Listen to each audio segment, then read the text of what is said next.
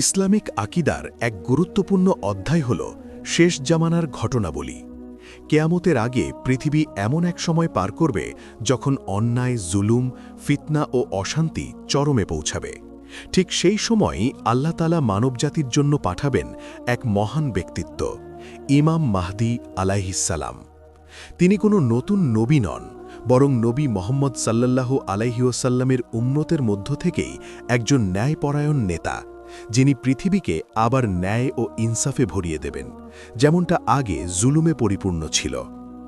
আজকের দুনিয়ায় মুসলমানদের মনে একটি প্রশ্ন ঘুরপাক খায়, ইমাম মাহদীর আগমনের আলামত কি ইতিমধ্যে শুরু হয়ে গেছে? এই লেখায় আমরা জানব ইমাম মাহদী আলাইহিসসালাম কে, তার আগমনের প্রয়োজন কেন, বড় ও ছোট আলামত কি, কোন কোন আলামত ইতিমধ্যে দেখা যাচ্ছে, একজন মুমিন হিসেবে আমাদের করণীয় কি।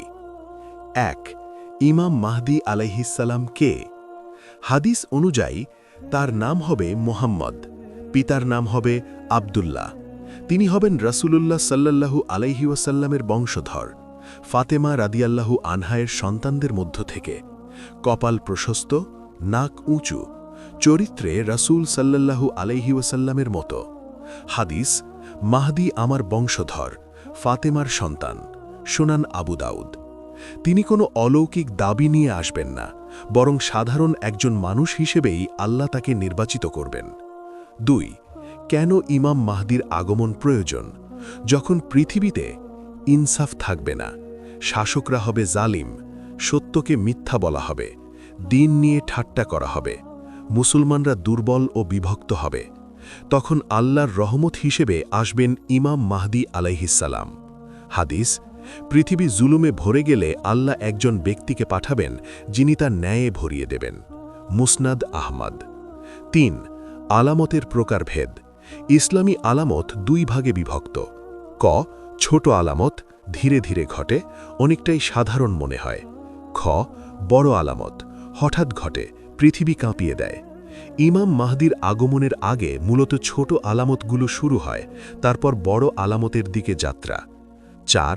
ছোট আলামত যা ইতিমধ্যে শুরু হয়েছে। ৪.১. জুলুম ও অবিচারের বিস্তার। আজকের দুনিয়ায় শক্তিশালী দুর্বলকে দমন করছে, নিরীহ মানুষের রক্ত সস্তা, সত্য কথা বললে বিপদ। হাদিস, শেষ জামানায় জুলুম এমনভাবে ছড়িয়ে পড়বে যেমন অন্ধকার রাত। তিরমিজি। এই আলামত স্পষ্টভাবে বিদ্যমান। ৪.২. আমানতদারির অভাব। বিশ্বাসঘাতকতা স্বাভাবিক, দায়িত্ব অযোগ্যদের হাতে, মিথ্যা কথা প্রচলিত। হাদিস, যখন আমানত নষ্ট হবে তখন কেয়ামতের অপেক্ষা করো। বুখারী। ৪.৩. জ্ঞান উঠিয়ে নেওয়া হবে। এখানে জ্ঞান মানে বই না, আলেমদের মৃত্যু। প্রকৃত পালেম কমে যাচ্ছে, ভণ্ড বক্তা বাড়ছে, মানুষ ফতুয়া নিচ্ছে অযোগ্যদের কাছ থেকে। ৪.৪. ফিতনা ও বিভ্রান্তির যুগ। সত্য ও মিথ্যার পার্থক্য কঠিন, সোশ্যাল মিডিয়ায় গুজব, ধর্ম নিয়ে বিভ্রান্তি।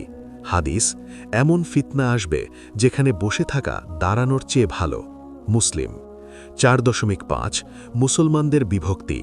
মাযহাব, দল, মত নিয়ে ঝগড়া, ঐক্যের অভাব, শত্রুরা সুযোগ নিচ্ছে। ৫. ইমাম মাহদীর আগমনের নির্দিষ্ট আলামত। ৫.১. আরব ভূমিতে অস্থিরতা, শাসক পরিবর্তন, গৃহযুদ্ধ, ক্ষমতার লড়াই। হাদিস, তোমরা দেখতে পাবে শাসকের মৃত্যুর পর মতভেদ হবে। আবু দাউদ। ৩ জন রাজপুত্রের লড়াই। একই সম্পদের জন্য ৩ জন শাসকের লড়াই হবে, কেউই সফল হবে না। কাবার কাছে বায়াত। ইমাম মাহদী আলাইহিসসালাম প্রথমে নিজেকে প্রকাশ করবেন না, কাবার কাছে মানুষ তাকে চিনে ফেলবে এবং জোর করে বায়াত করবে। সিরিয়া বা শাম অঞ্চলে ফিতনা, যুদ্ধ, রক্তপাত, নির্যাতন। এই অঞ্চল শেষ জামানের কেন্দ্রবিন্দু। ৬. ইমাম মাহদীর শাসনামল। সময়কাল ৭ বা ৯ বছর।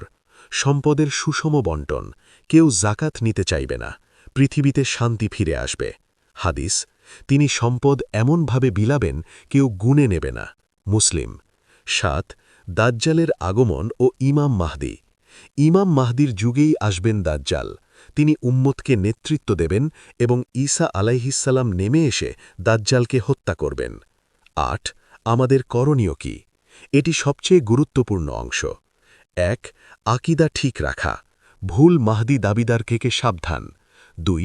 দ্বীনের জ্ঞান অর্জন, কুরআন ও সহিহ হাদিস শেখা। ৩. ফিতনা থেকে দূরে থাকা, অপ্রয়োজনীয় বিতর্ক এড়িয়ে চলা। ৪. দোয়া করা, হে আল্লাহ, আমাদের শেষ জামানার ফিতনা থেকে রক্ষা করো। উপসংহার: ইমাম মাহদির আগমন কোনো কল্পকাহিনী নয়, এটি সহিহ হাদিস দ্বারা প্রমাণিত এক বাস্তব সত্য। অনেক আলামত ইতিমধ্যে দেখা যাচ্ছে, তবে সময় আল্লাহই ভালো জানেন। আমাদের কাজ ভবিষ্যদ্বাণী করা নয়, নিজেকে একজন সত্যিকারের মুমিন হিসেবে গড়ে তোলা।